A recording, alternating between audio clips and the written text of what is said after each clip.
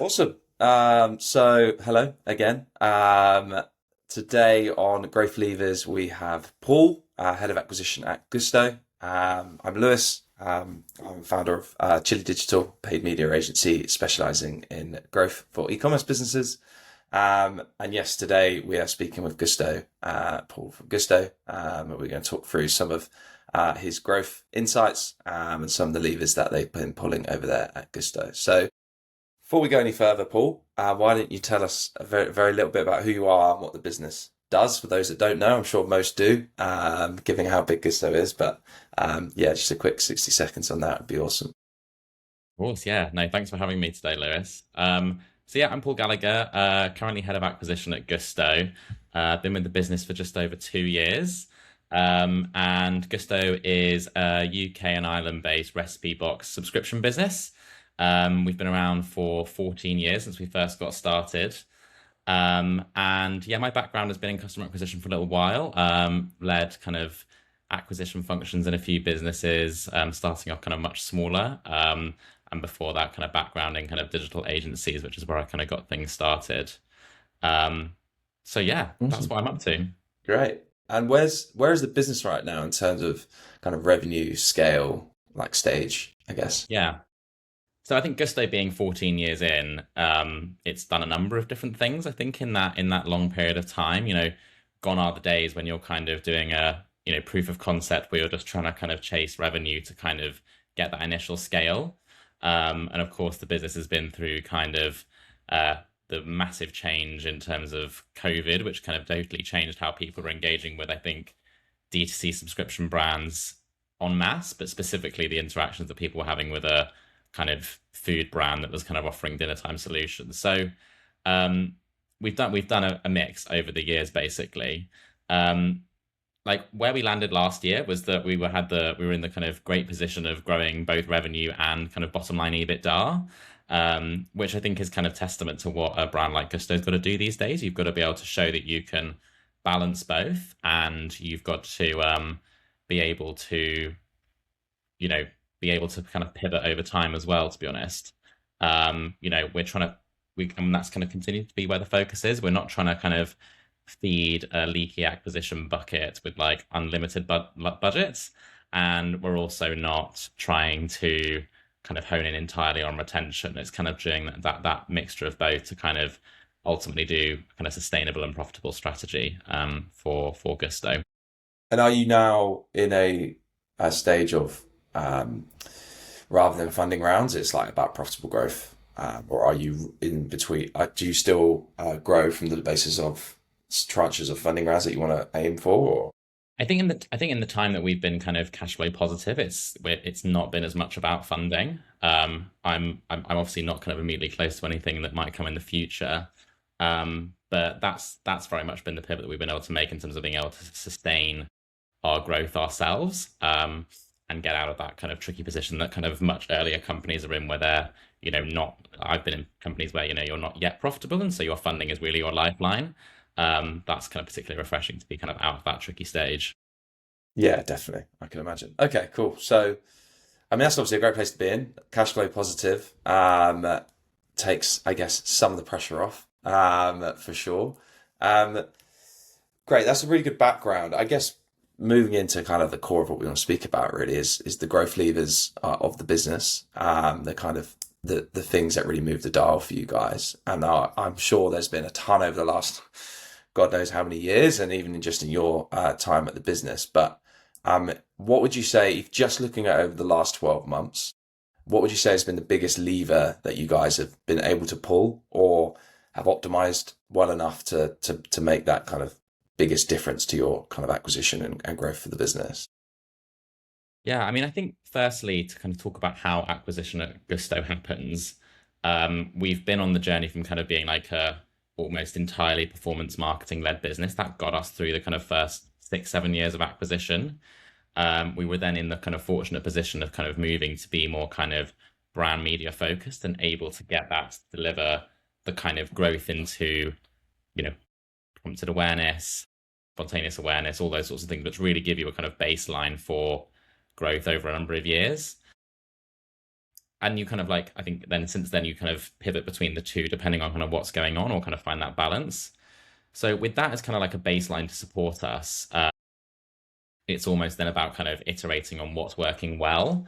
And I think something that, if you kind of take the step back view over the last like 2 years, which has really started to work well for us, has been kind of social content as a lever for Sorry, growth. sorry, Paul. We lost you for 10 seconds then. um, Let's do that one again, shall we sorry. then? Yeah, no, that's fine. That's fine. Yeah. So you mentioned you were pushing for you've gone from kind of performance marketing based to moving. So yeah, if you could just recap on Yeah, some of that of stuff, that'd course, be great. yeah. So I think, yeah, I was just saying that over the years, kind of very much starting from that kind of performance marketing base, then having the kind of situation where we were able to make kind of brand spend work really well, which then means that what we're doing today is on the basis of kind of strong brand awareness levels and kind of strong levels of organic demand. And so then you kind of go back to everything you're trying to make. The things that work already work even harder. So I think social content as a lever for growth into paid social has been the biggie, and like that's naturally a topic which has been kind of at the forefront for some time now. And so it's not just about this unlock of like, do we do UGC or not? Do we have creators or not? It's actually, I think, being able to get that to work a little bit harder. And I think what I've learned about that is that it's not so much been a lever that you pull, it's something that you like really, really slowly but surely iterate on. And it's only when you take that step back view and you look at like how that's impacting your kind of year on years, do you then start to almost see the lever, like the kind of the big change.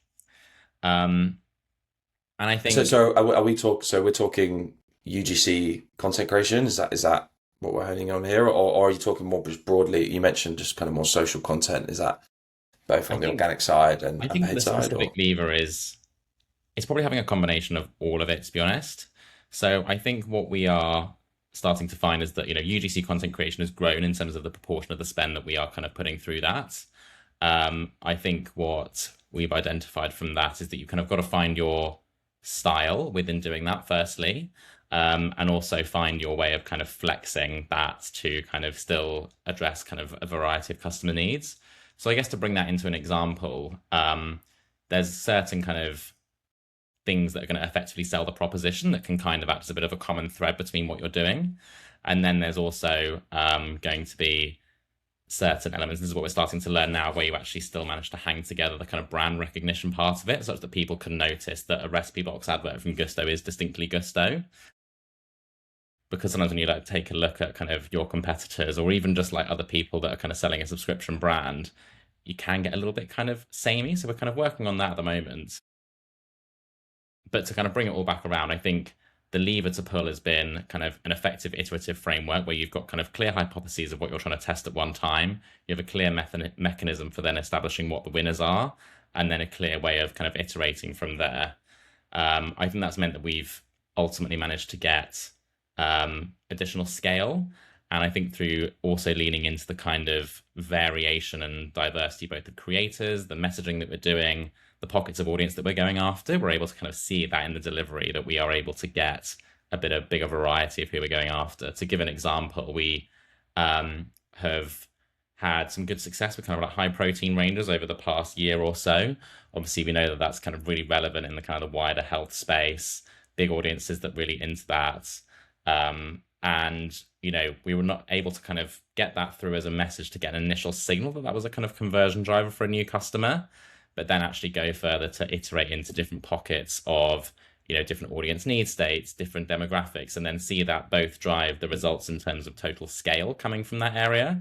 But I was also fascinated to see that it would have an impact to move the delivery of our ads from our kind of core demographic into segments which sometimes are a little bit more not difficult to access so much, but they don't have that kind of unanimous response to our kind of marketing in the way that others do.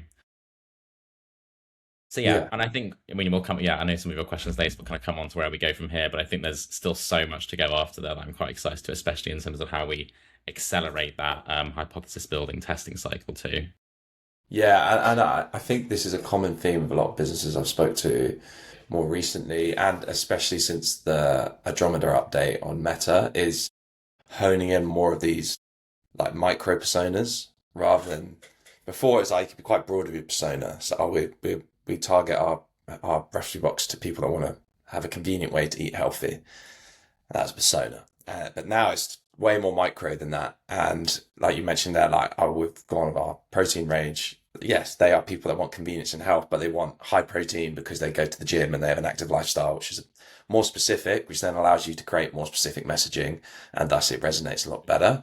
And I think the businesses that are finding more scale are honing in on more of those micro personas and then building out content there over time. And then you start to unlock these pockets. And I think the businesses that aren't doing that and are staying up here and they're kind of more broad persona are just going to get worse and worse results as the faster moving, the better moving businesses that are creating those micro personas underneath it that are just going to beat each one of their ads with a more specific persona. So yeah, I think that sounds like what you're kind of getting to, for example, this kind of protein range and this more specific persona. I remember when we were working together, that was kind of a new thing that had started kind of being developed, and it's good to see that it's still performing so well, which is awesome. You mentioned, just tracking back a bit about we went from a business of, we were just kind of performance marketing led to now like investing in brand and all these other bits. Like, what was the thing that kind of initiated that change in the business of like, we can't just be focused on performance marketing. We have to consider all this other stuff as well. Yeah, so I mean, I think that shift kind of really, it was quite some time ago, and there's a few kind of articles and kind of marketing week and things like that, which from the leadership at the time which talk about that pivot, which is really interesting, and it's a good kind of blueprint for how a startup I think goes through that change. But really, I think what we saw, and I think what a lot of businesses that maybe kind of tussle with that question of when to do brand, which is like when I kind of have it as an inverted commas statement, really. It's not quite such a do it or don't do it thing, I don't think. But typical things that you would see, and I think that we were seeing at the time, is inflating tax that you can't seem to get around through testing and innovation and bringing on another performance kind of relatively low funnel channel. That'll be one thing. I think also when you start to layer in things such as brand tracking, you can start to see that you're just not getting really the growth in terms of the kind of penetration of like, are you recognized in the UK market? Do people know who you are? And I think, especially maybe going back then, it might not be so much of a challenge now, but the nature of performance channels is that you are only reaching people that are on the certain platforms that you're advertising on. So if we think of what like social advertising was like in 2018, 2019, it was mostly Facebook. There was going to be some Instagram, like TikTok wasn't around. And some of the long tail ends like Reddit and Pinterest wasn't really around. And so like the reach that you're getting there is not going to be that big. PPC and kind of the Google products was far less mature in terms of your ability to reach like extra inventory through demand gen, PMax, all of that sort of stuff. So, ultimately it's a reach challenge, I think, is what you're ultimately getting up against. And then like, our target demographic is kind of, a lot of families, couples, anyone that's trying to kind of eat healthy, but are kind of, there's a lot of kind of account holders that are kind of female between 30 to kind of 55. And so when you look at the media mix for that demographic, you can get a lot of additional scale when you start to kind of make inroads into linear TV. And so that was, I think, some of the thinking at the time that kind of got us there. I think when it comes to today, viewership of linear TV is on the decline, and kind of the popularity of things, well, depending on what your brand is, but like gaming and streaming, which is a whole different world that from anything that I know too much about. But your broadcast VOD, your kind of streaming VOD, Prime Video, Netflix, all of those kind of ones start to become things which you see almost. It is a bit more digital, but it's like an adapted way of still getting that big jump up in reach when you first made that move into kind of traditionally brand advertising. And I think that's then having a kind of relationship in terms of what the actual ads that you can put out. I think there is still very much a need for a hero suite of TV creatives, but the kind of lines between that and like a traditional YouTube ad are blurred. There's a lot more kind of options in between it, really. Especially as something like YouTube starts to change to how many people watch that on connected TV as well. And so lots of different ways to reach people on that kind of living room, family all watching it device.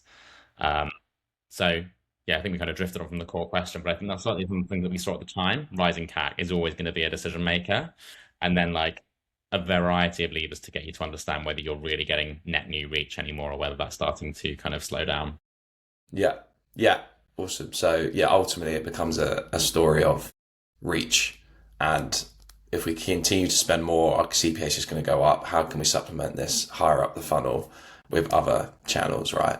And I guess, I mean, I've had this conversation with a few businesses that are heavily into Facebook marketing and meta marketing, Instagram, Yeah. and it's it's a I think for businesses that obviously aren't at a position where they can start to spend on these big channels, it comes back to this micro persona piece where like if you're being broad, then you're not going to hit the right people and you can be more specific. So there's almost this, uh, I guess, switch more recently anyway. Like, yeah, you go back to 2018, 2019, where like, yeah, let's go do some more kind of bigger brand building was necessary.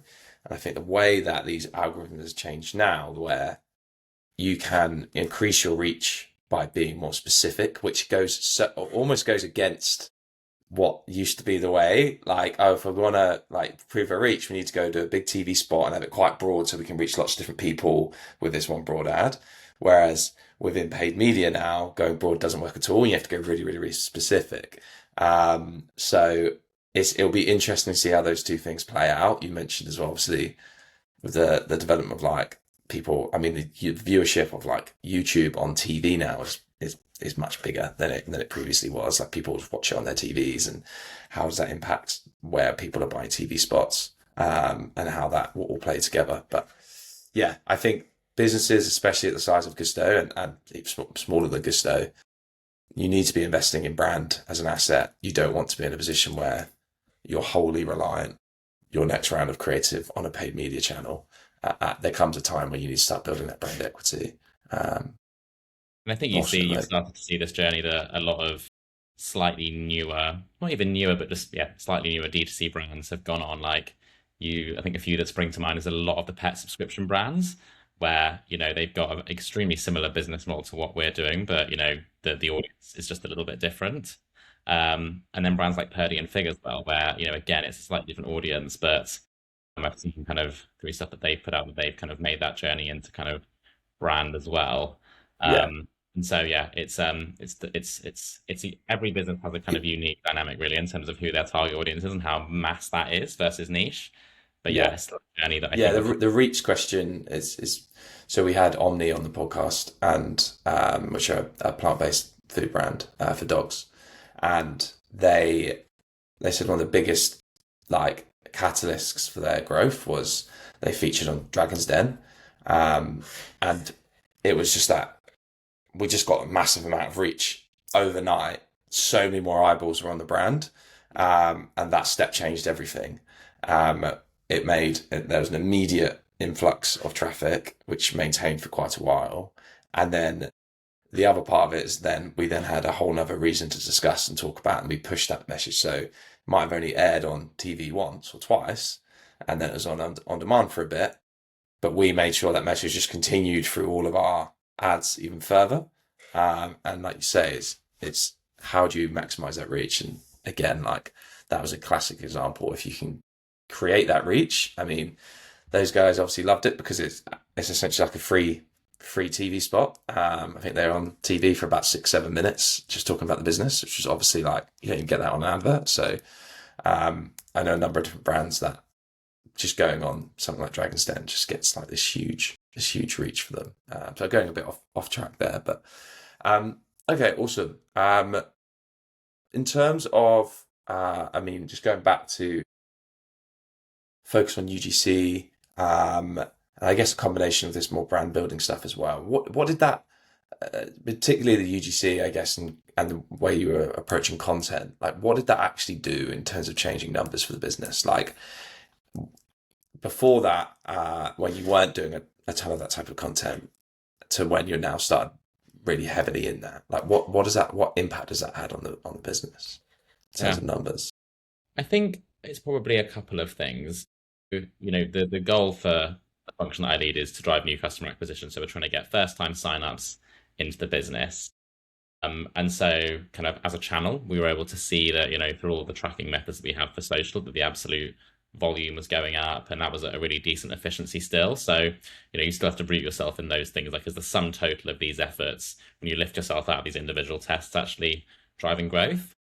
So that was the first thing. And when we're kind of balancing both across Meta and TikTok, kind of having incrementality tests that validate that you've made a step on versus when you were doing that in the past, is another kind of important signal. So it comes down to measurement really, and your ongoing understanding of the incrementality of those channels.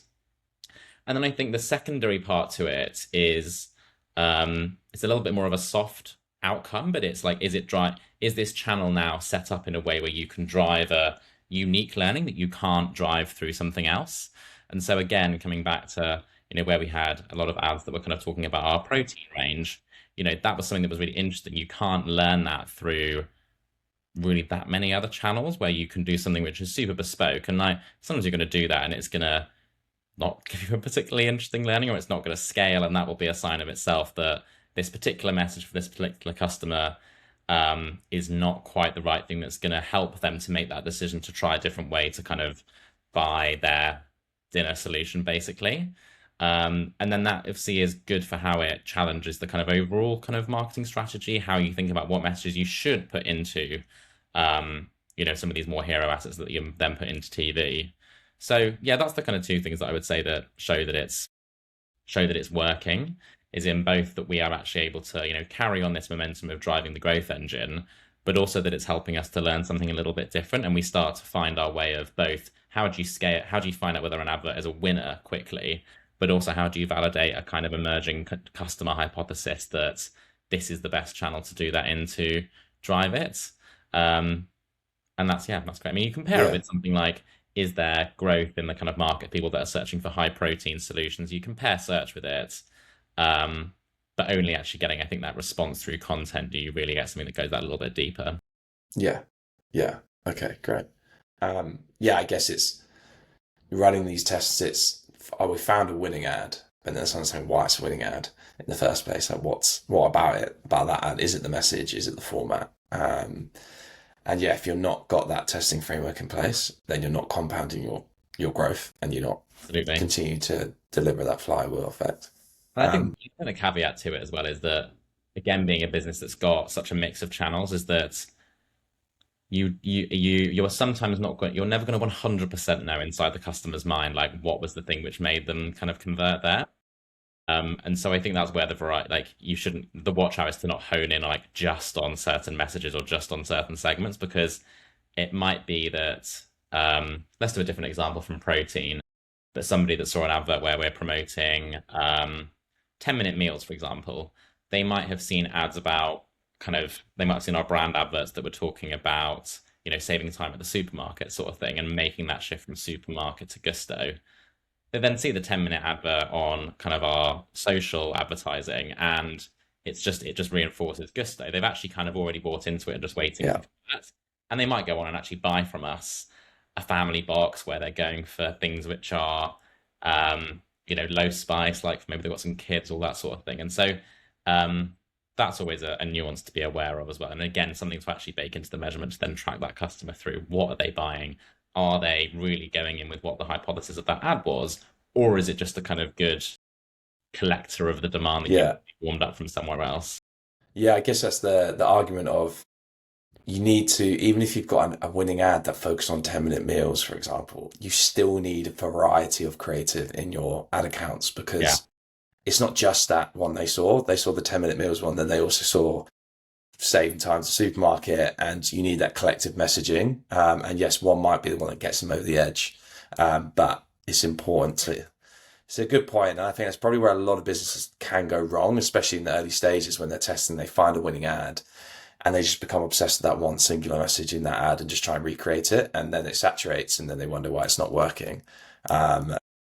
Variety and specificity within those ads is going to be super important. If you've just got one message, especially as you're growing spend levels to the levels that you guys are at, you're just going to quickly saturate.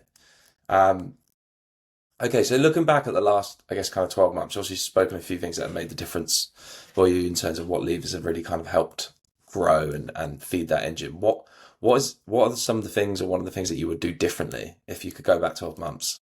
knowing what you know now, Yeah, what was one or two things that maybe you would do differently?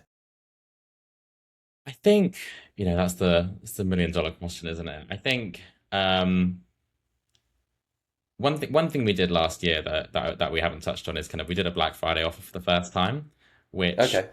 is a really crowded space to get into, and so I think lots of people who do similar roles to myself and probably you would empathize with this when every brand says, "Should we do a Black Friday thing?" And it's kind of it's very like kind of macro question that people get It's a themselves. much bigger question than Yeah, what you yeah, yeah, realise. kind Yeah. of a very soul-searching question sometimes. Um, and we did something, it was an offer where we kind of did a bit of an enhanced discount for people that signed up during that period of time, which I think for us, why it was such an interesting learning was that it was at a time of year where, it's getting into November, people are starting to think about Christmas. They're thinking about this, well, they had this big retail moment of Black Friday and then into Christmas. People are less into kind of subscription brands and starting a new kind of journey. So I think that was a big learning there. And I think the thing I would do differently is I think would lean into those moments where what are the levers you can pull to actually disrupt what's otherwise a time when people are starting to lose focus a little bit. And so that was something that I would kind of do differently, which is essentially like finding more of those. And I think that's a learning we've taken into this year. And then coming back to the initial one on kind of social content of what I would do differently, um, I think it's a little bit more of just doing more of the stuff that had gone well. So how do you get those feedback loops into from the ad performance data back into a kind of creative rebrief earlier?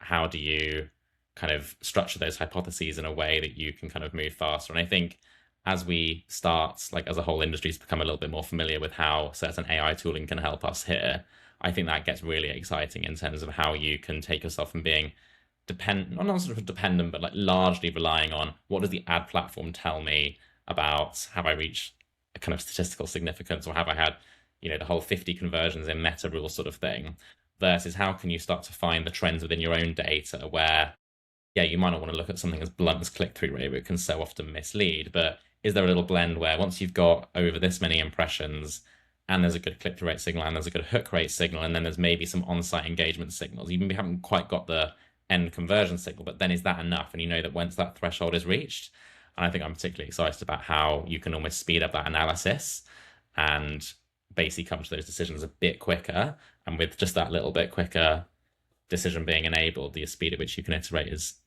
exciting. So I think we've learned a lot in this space and learned a lot of what you can do. And I think, yeah, it's maybe a bit of a cheat on the question of not so much what we do differently, but what I'm looking forward to doing more of. Yeah, I Like, mean, to be honest, from that actually leads me quite well onto my next question I had was, um, we kind of move on to some of the more deeper, maybe some of the specifics on what you guys are working on. But how are you guys leveraging AI within the business? I mean, everyone talks about, oh, we've got to use AI, we've got to become AI native. And I think every business has a different definition of what that means.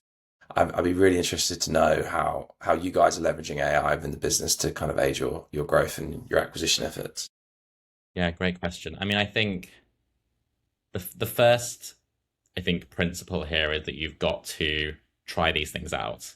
I don't think that anybody can say that they truly know what the right way to do it is. So you've just got to start. I think that's the first thing. And I think kind of almost temporarily drifting a little bit away from the actual what we're doing, but I think, you know, everyone as an individual is going to feel a little bit differently about kind of using AI solutions, especially the ones which are going to be potentially automating a task that they themselves have diligently done once a day, once a week for a certain time gone by. And so I think that's the first thing which you see a lot in the industry about. And I think people are really starting to welcome it now, but maybe 6, 12 months ago, it was a bit more tricky where um, it's like a learning opportunity for all of us in the industry that like we all do ourselves a disservice if we don't lean into this and kind of learn in the first instance. So that's the first thing. I think then as an unlock, that has meant that you start with people that then helps people to be motivated to say, right, let me just look at my week, all the things that I do. How can I don't know, automate a report that I used to do? How can I automate something to do with, I don't know, what's another good example? Automate a report, automate an insight, automate some commentary that I need, like all these little tiny things. And I think that starts to build confidence in that. So I think of that as the AI assisted side of it. And that's like a terminology that like I think is quite helpful to think about. So how do you like you just get assistance in the workflows that you're using? Um, and so that's something, that's not just my thoughts. That's something which I think is really being advocated for inside of Gousto to kind of get people thinking about that. And, I think from a company perspective, like recognizing that and recognition and encouragement is really, really important in that. I think in terms of where you go from here, I'm fascinated by um, some of the progress that's been made in terms of how like I guess agentic AI can actually start to run some of the decisioning programs within some of your paid media. It's something that I'm looking at a lot in terms of LinkedIn. But then there was the kind of horror stories a few months ago where people were connecting, I think, into Meta, and you're hearing these stories of like whole accounts being banned and not getting it back. Yeah, there's a right way and a wrong way to do Yeah. it. To what extent there was a bit of fear mongering going on, but I think you know that is that says something. If you almost want to, you do want to be the first.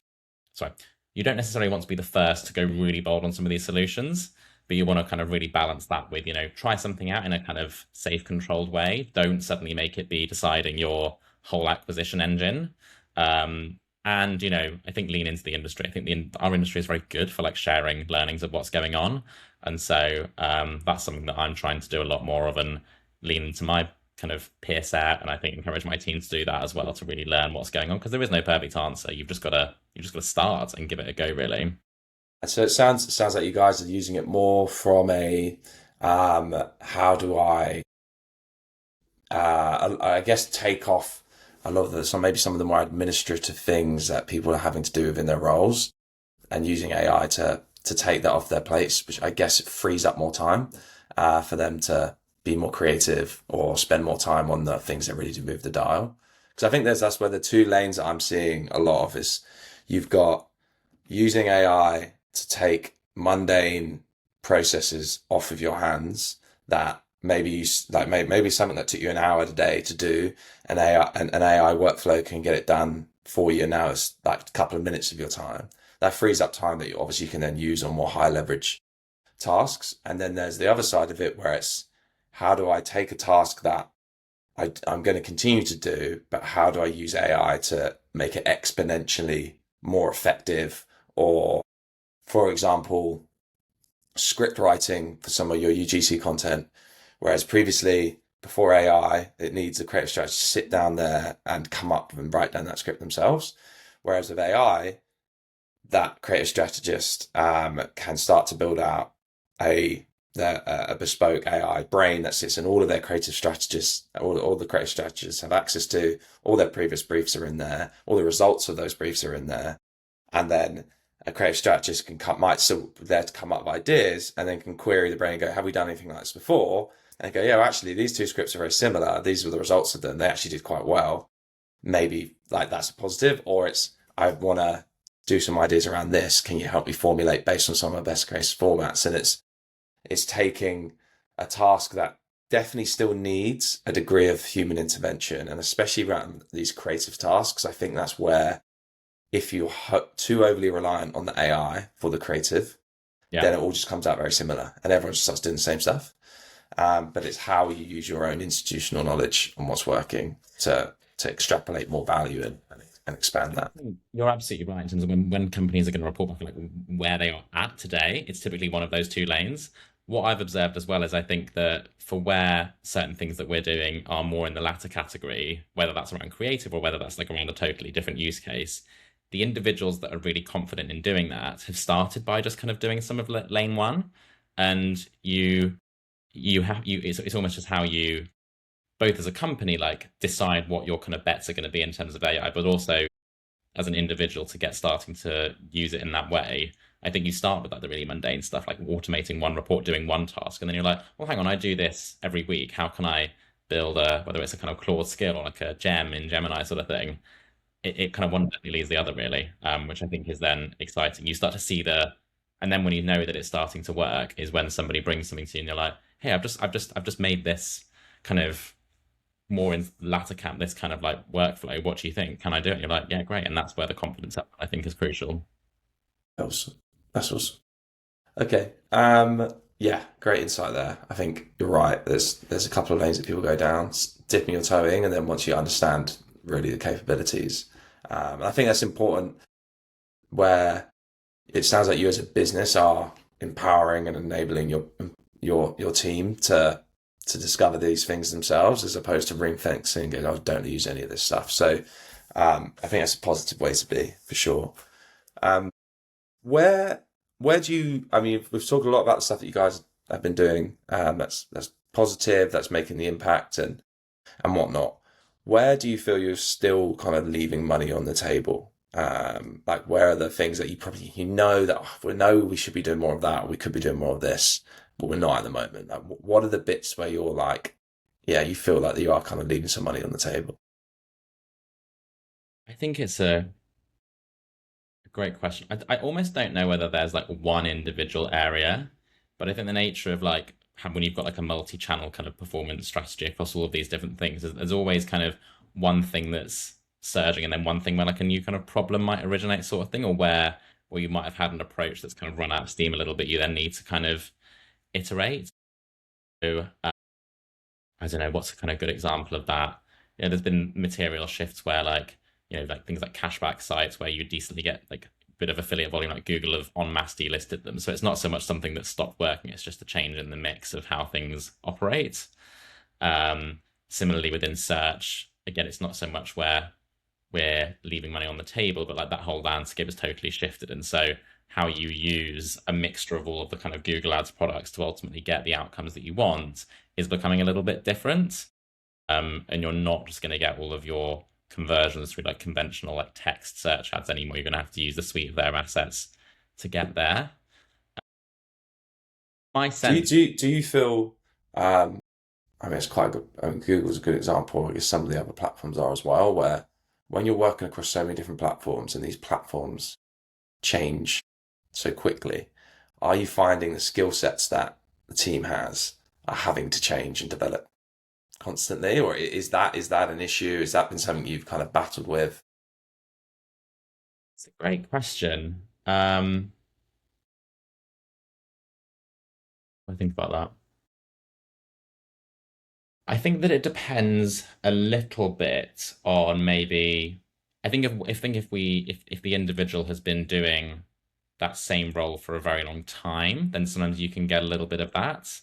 I think if you've got people who have either like the T-shaped analogy is quite a classic thing where people have kind of maybe done a few different things, and I think that helps with the adaptability that comes from it. So um, somebody who has done, if it's dabbled in a few different channels, maybe earlier in their career and has had exposure to different things, is going to be much more set up when running Meta goes from being like a highly technical kind of like money and bid strategies, moving budget between ad sets into the more of this creative strategist kind of skill. They're going to be much more set up for that.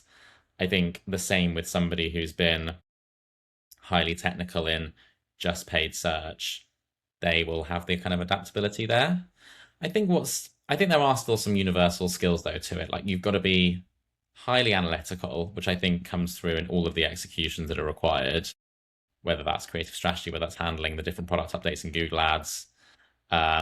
You've got to be have a good like testing mindset and like an ability to kind of like structured tests make a lot of sense to you. That's always helpful. I think one of the bigger challenges though is like I think not that we've quite got there yet, but I think if the Google product moved to be something which was much even less click focused than it is now, like we already hear about, I think in how AI mode and AI overviews just in Google alone has kind of meant there's a lot less clicking going on. I think if that was to go even further, like I don't think their ads products feel quite as affected by that. That's still very much you still get the click through sort of thing. I think that could maybe shake things up because it changes the measurement side of it, where you then have to be a much more incrementality focused, and you get a little bit less data coming through. Yeah, I don't have a particularly neat answer for that one, but I think it's a good No, reflection. yeah, I think it's one of those where I always find it interesting for a business like Gusto, where I know you have a lot of in-house teams, as opposed some businesses have much smaller in-house and then leverage agencies, which which can be, and there's pros and cons of each, right? Like the pros of like your setup is that you have a lot of institutional knowledge that sat in the business that grows Yes. over time.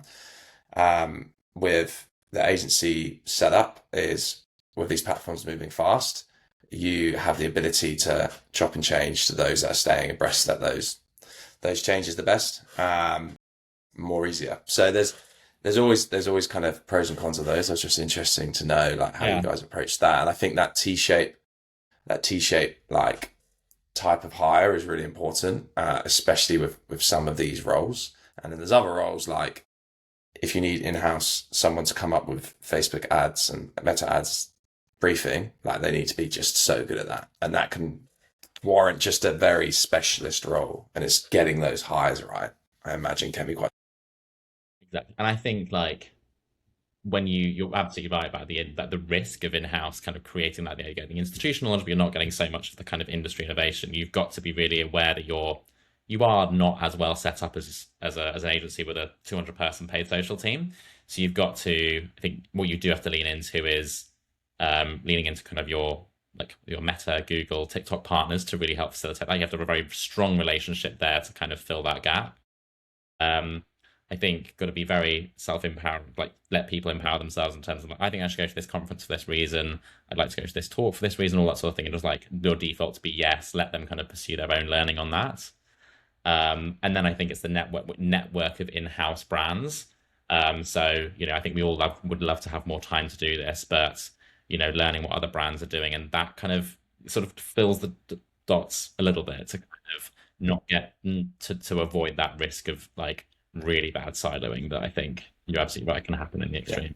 you're right. It's yeah, you want to just make sure that you're continuing to talk with other heads of acquisitions and other growth experts to stay on top of what other people are doing, I suppose.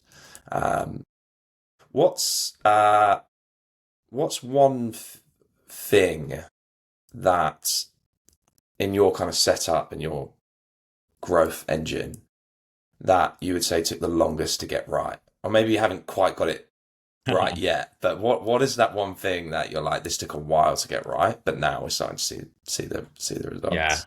I mean, unfortunately, I think in the line of work that we all do, nothing ever quite feels done, does it? And Finished. it's Yeah. always and if I think that's almost a risk if you try and do conclude something is done.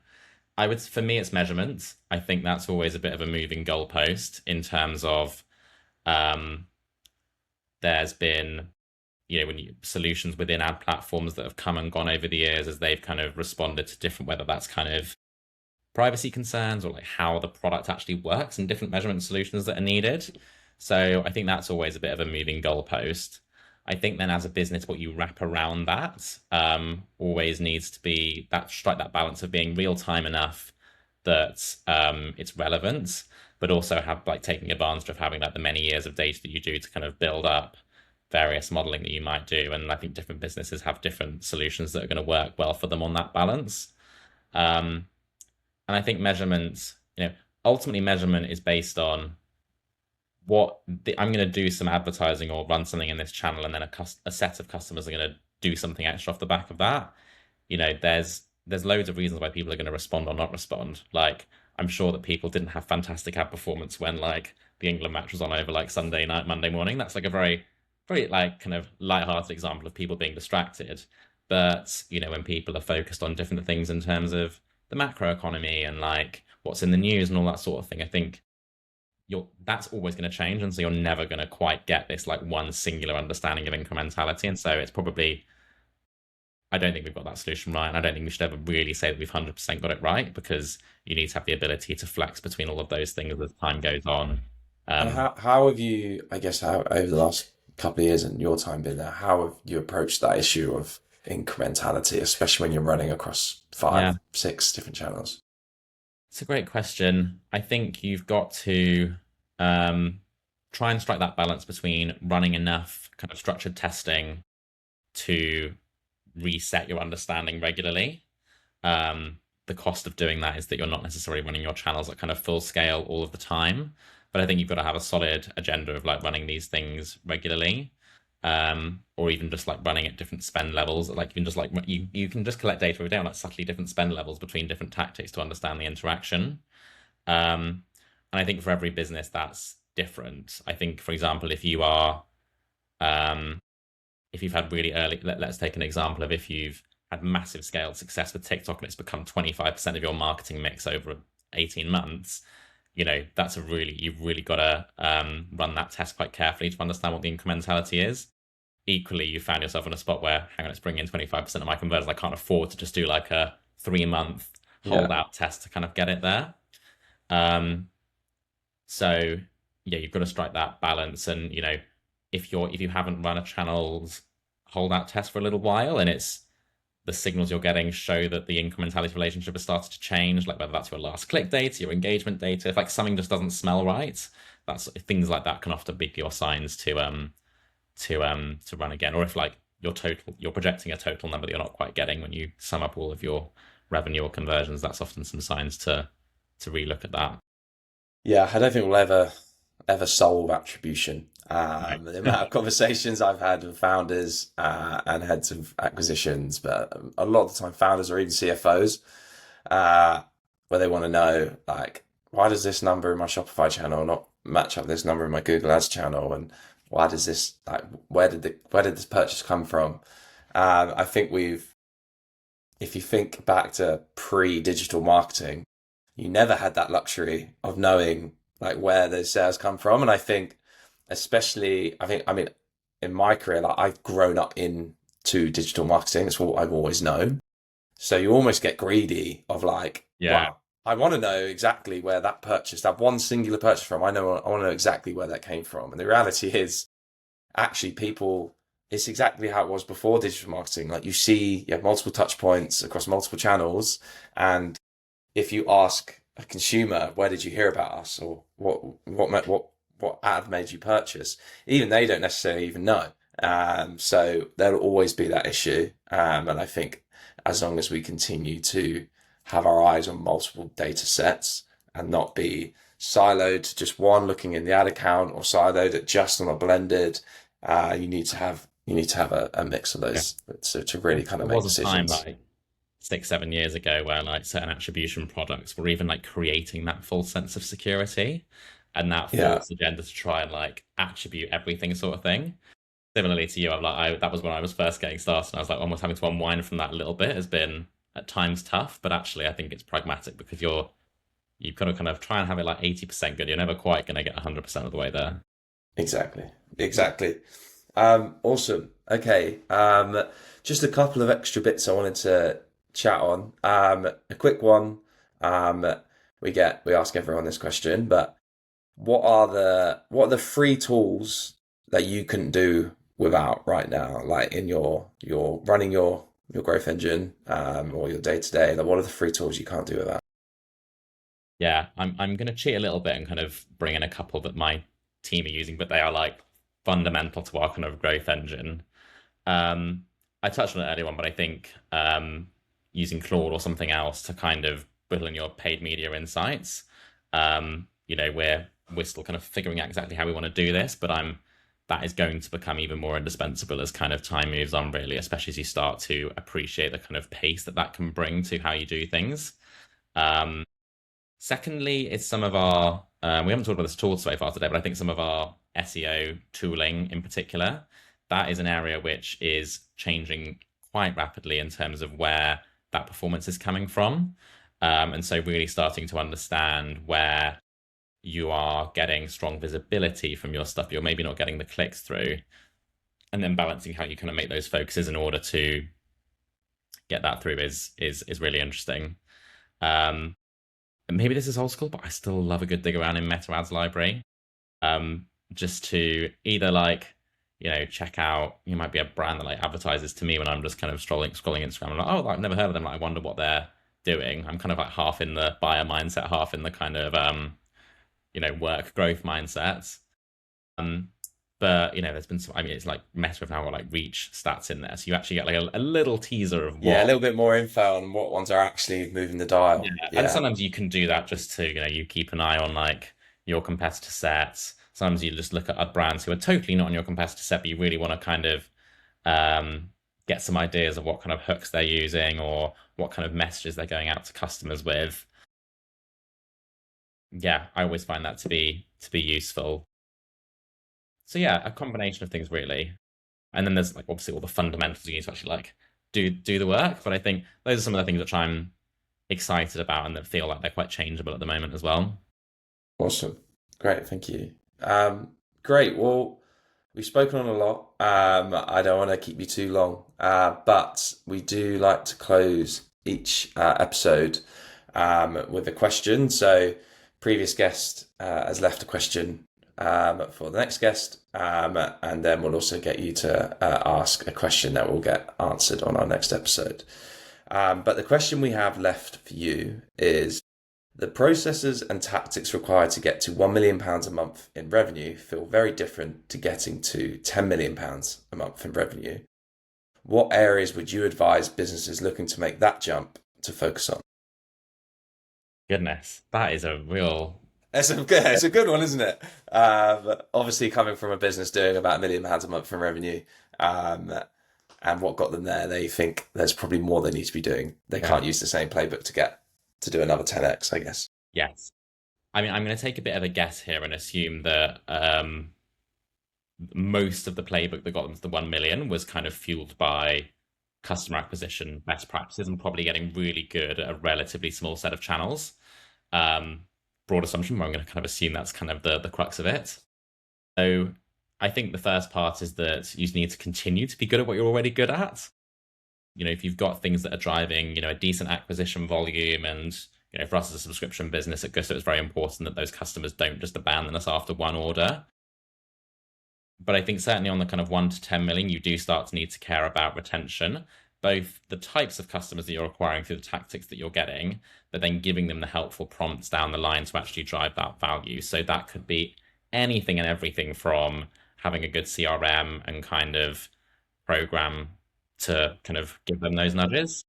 I don't know, like some businesses might have initially got themselves going via like Shopify and like maybe need to do some work on an app. You can even think of things such as maybe like loyalty programs or kind of how you run refer a friend, things like that, which start to add something down the line.